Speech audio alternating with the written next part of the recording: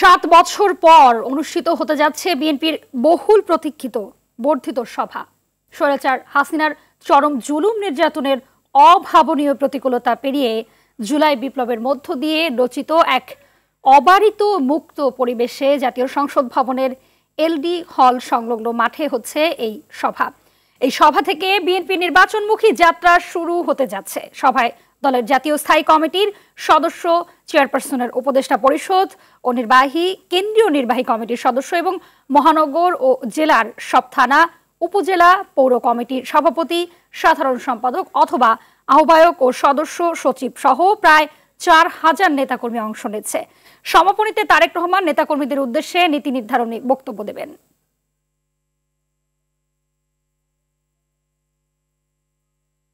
দর্শক, এই মুহূর্তে সংসদ ভবনের এলডি হল সংলগ্ন মাঠ থেকে সরাসরি যুক্ত হচ্ছেন সহকর্মী বায়দুর রহমান রুবেল। জানাবেন যে বর্ধিত সভায় আসা নেতাকর্মীরা কি বলছেন?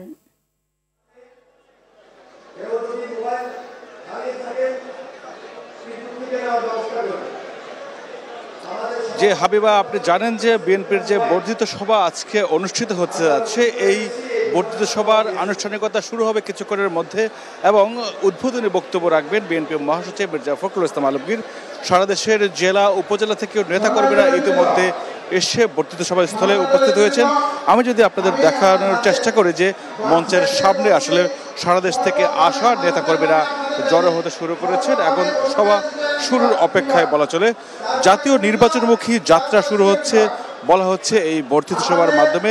সে লক্ষ্যে বাংলাদেশের সংসদের এলডি হলের আয়োজন করা হয়েছে। এই বর্ধিত সভাতে দলটির সব মনোযোগ এখন নির্বাচন ঘিরে। দলটি মনে করছে অতি প্রয়োজনীয় ন্যূনতম সংস্কার শেষ করে যত দ্রুত সম্ভব একটি অবাধ, সুষ্ঠু ও নিরপেক্ষ নির্বাচন হওয়া প্রয়োজন। এ লক্ষ্যে অন্তর্বর্তী সরকারকে চাপে রাখতেও চায় দলটি। নির্বাচনের দিনক্ষণের রাজনৈতিক অঙ্গনে নানাপক্ষী আলোচনার মধ্যে অর্ধযুগেরও বেশি সময় পর বর্ধিত সভা করছে বিএনপি। বর্ধিত সভা থেকে আগামী ত্রয়োদশ জাতীয় সংসদ নির্বাচনকে সামনে রেখে 220 থেকে 225টি আসনে ধানের শীষ প্রতীকে মনোনয়ন প্রত্যাশীদের সবুজ সংকেত দেয়া হতে পারে বলে ধারণা করা হচ্ছে। বাকি আসনগুলোতে বরাদ্দ রাখা হতে পারে জোট বা যুগপৎ আন্দোলনে থাকা মিত্র দলগুলোর জন্য। আমরা বেশ কয়েকজন নেতার সাথে কথা বলে জানতে পেরেছি যে তারা যেটি বলছে যে আজকের নির্বাচনকে সামনে যেহেতু নির্বাচন এবং সেই নির্বাচনের প্রস্তুতি তাদের এই বর্ধিত সভার মাধ্যমে এবং 2018 সালের পর আর বর্ধিত সভা করার সুযোগ হয়নি তাদের, যেহেতু কাউন্সিল করতে পারেনি গত 15 বছরের ঠিকমতো।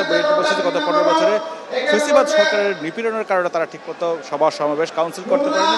এর মধ্যে চলে আসছে ত্রয়োদশ জাতীয় সংসদ নির্বাচন এবং ত্রয়োদশ সংসদ নির্বাচনকে নিয়ে যে গুঞ্জন রয়েছে তারই প্রস্তুতি এবং তাদের প্রার্থী চূড়ান্তের যে বিষয়টি অন্যান্য রাজনৈতিক দলগুলো যেভাবে কাজ করছে, বিএনপি এই বর্ধিত সভার মাধ্যমে সেই কাজটি করবে বলে জানা গেছে। তবে আজকের যে সভা সকালে শুরু হবে, এই সবার সাথে নেতাদের মতামত নেওয়া হবে আসলে দুপুরের পর এবং সেই ক্ষেত্রে আসলে চূড়ান্ত করা হতে পারে যে মনোনয়ন কারা পাবেন বা নেবেন সেটির একটা খসড়া তালিকা আজকে কিন্তু এখান থেকে বলা হচ্ছে যে এখান থেকে জানা যাবে এবং তার পরবর্তীতে যেহেতু ত্রয়োদশ নির্বাচনের প্রস্তুতি আনুষ্ঠানিকভাবে বিএনপির যাত্রা এখান থেকে শুরু হবে, সেই ক্ষেত্রে তাদের প্রার্থী বাছাইয়ের বিষয়টি কিন্তু চলে আসছে এবং সেটি বলবে। এবং নেতাকর্মীরা বলছেন যে দীর্ঘদিন তাদের এই ধরনের একটা বর্ধিত সভা না থাকার কারণে তাদের মধ্যে যে ঝিমিয়ে পড়া পরিস্থিতি ছিল সেটিকে আসলে চাঙ্গা ভাব দিতেই আজকের এই বর্ধিত সভা এবং এই বর্ধিত সভায় দলের সিনিয়র নেতারা এবং দলের ভারপ্রাপ্ত চেয়ারম্যান তারেক রহমানও তাদের দিক নির্দেশনামূলক বক্তব্য দেবেন এবং তারা সেই প্রস্তুতি নিতে শুরু করেছেন। ইতিমধ্যে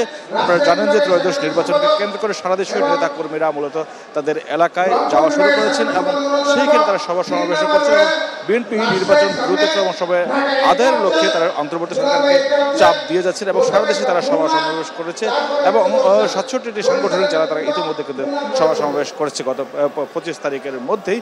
এবং এর সামনে যেহেতু রমজান এবং রমজানকে সামনে রেখে নিত্যপণ্যের ঊর্ধ্বগতি ঠেকানো কিংবা মানুষের যেসব দাবি দেওয়া সেটি নিয়ে কাজ করছে বিএনপি এবং ঈদের পর সরকারকে নির্বাচনকে আরো চাপে রেখে দ্রুত সময় নির্বাচনের প্রচেষ্টাতে করবে বিএনপি। এই ছিল বর্ধিত সভার সবশেষ খবর আমার কাছে। হাবিবা। জি, ধন্যবাদ আপনাকে।